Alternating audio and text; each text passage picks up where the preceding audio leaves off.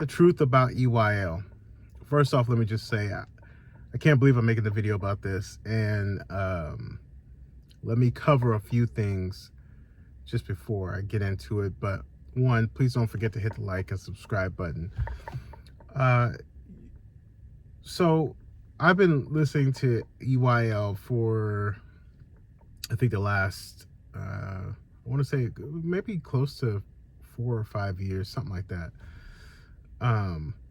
Probably when they first started, because it was during the pandemic. And most of you know, who have been with me, that I'm a real estate guy through and through. I'm in the industry, and in the commercial side, to be more specific. And for years, I used to do multifamily and stuff like that, and then I crossed over. But for years, you couldn't find reputable organizations that were so easily accessible, I should say, for learning and education and things of that nature.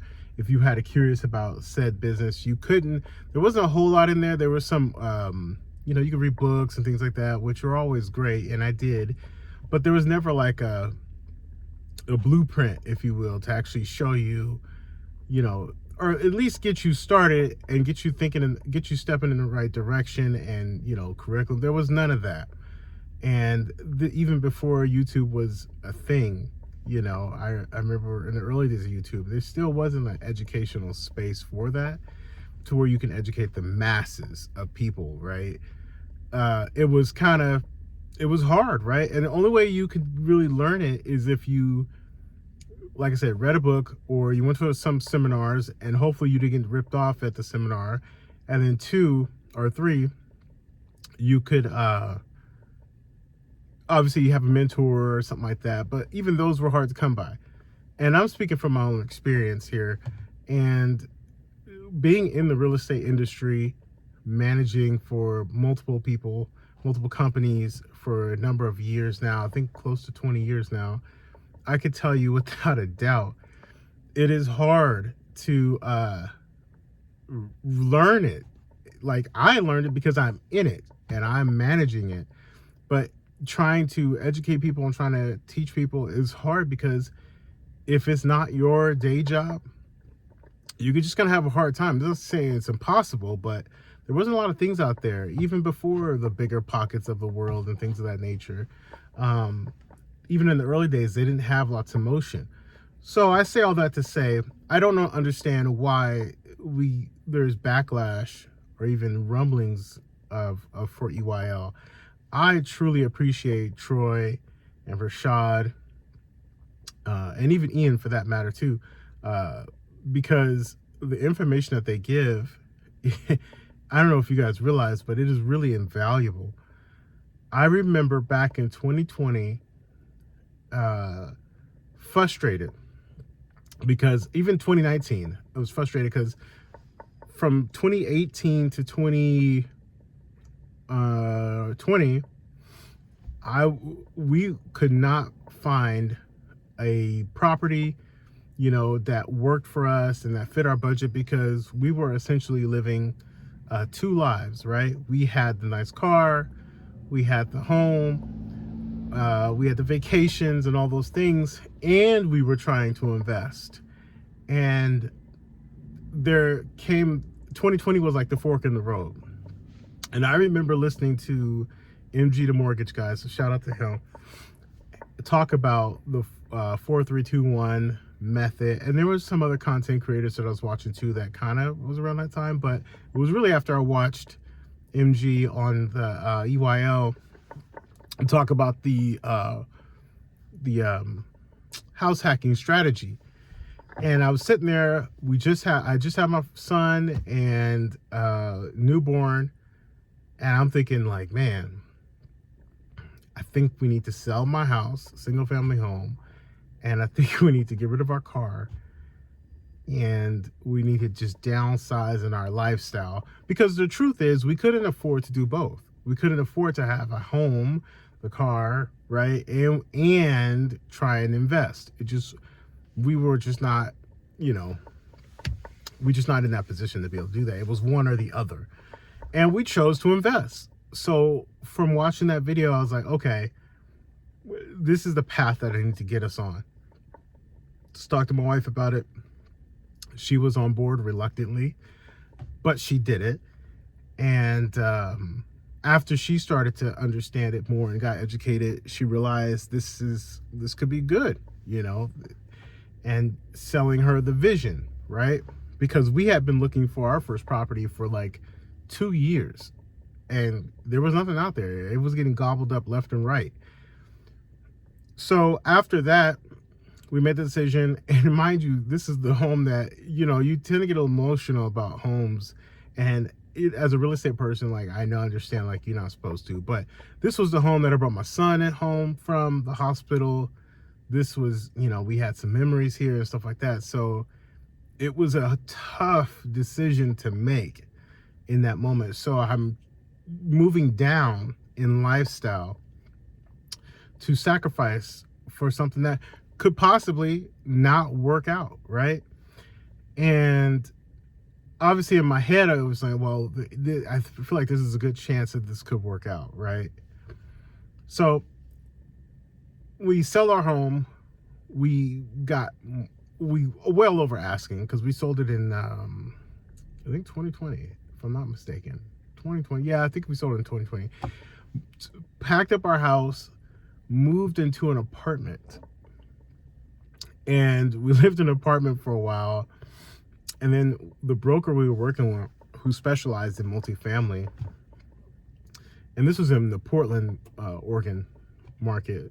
So broker specialized in multifamily.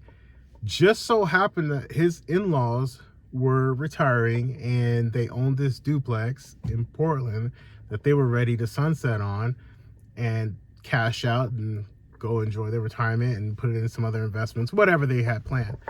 And so he was like, you know, I don't know if you guys would be interested in this. It's kind of like, you know, he was very nonchalant about it. So we ended up walking the property, and I knew immediately the area because I managed some commercial buildings and kitchens in that area.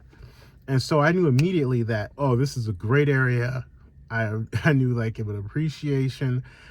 On the West Coast in general, for the most part, appreciation is kind of like, it comes with it, that you can bake that in. I don't rely on appreciation, let me just say that. I don't rely on it. I rely on cash flow. The property has to cash flow day one. And I don't try to jazz it up, like, based on its current condition, blah, blah, blah, blah, blah. Now, there are times when you're house hacking where if you moved into the property, and let's just say it reduced your overall expenses, well, I run my numbers based on what it would be if I did not live in the property. Does that make sense? Hopefully I didn't confuse you guys. So if I'm moving into the property, I don't look at it that way. I look at it, what would this property rent for if I was not here? And I use that to do the equation. Anyway, so we brought the property, lived in an apartment. It was occupied with tenants. We had to do the whole move out situation and all that stuff. Moved from the apartment into one of the units, and we started to do a rehab. Now, this is a 1947 rehab, right? And hopefully one of these what I'll do is I'll maybe make a video, and we'll do a property walk, and I'll show you guys, talk about what we did and all that good stuff. Anyways, my point is, it was a huge learning curve, and I went all in, went super aggressive. We added it has a basement.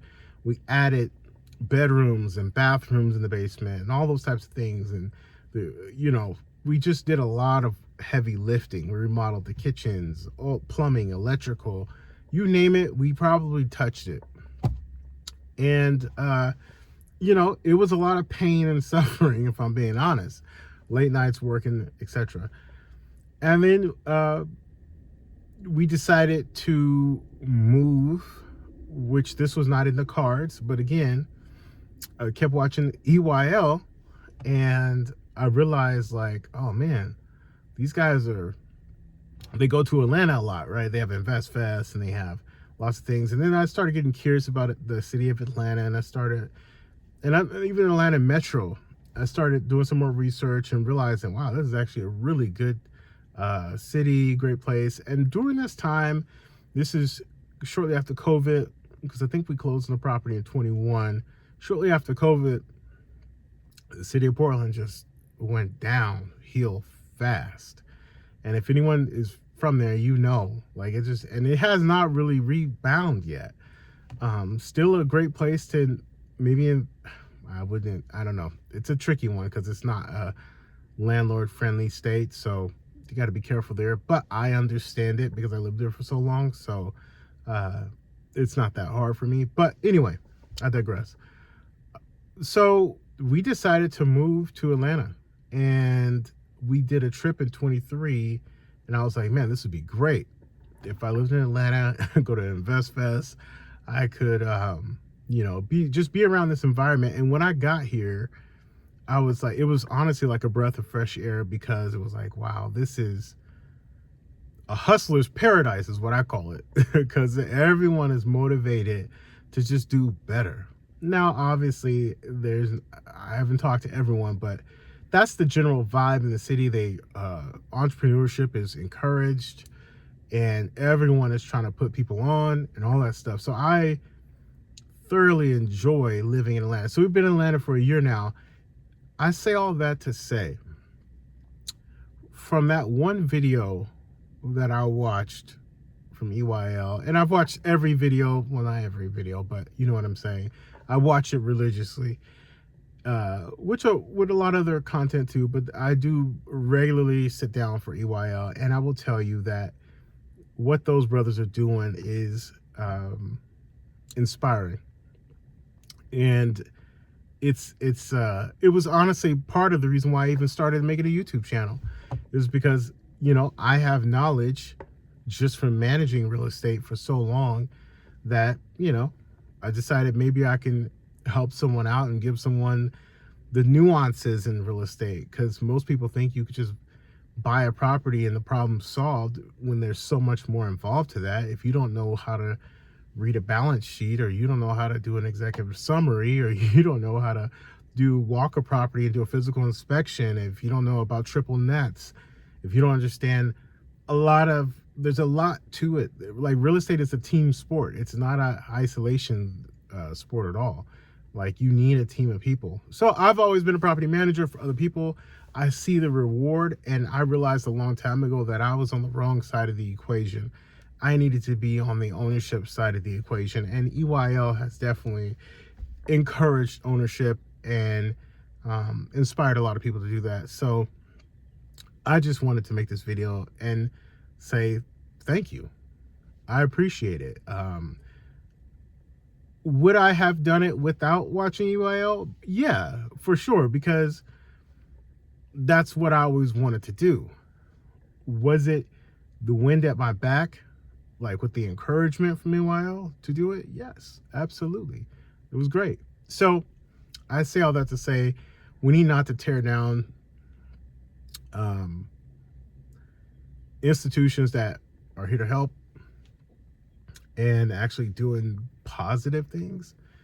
Find other things to criticize and, you know, pick apart. Don't pick apart the thing that is actually probably helpful for you and a good resource for other people, in a network situation where you can go and network. So anyway, I'm rambling now, but I just wanted to make this video just as a counterbalance to all of the other videos that are out there that maybe slander them or something like that. And not that they need me to defend them at all, but I just wanted to give it from my point of view and how it's been beneficial to me.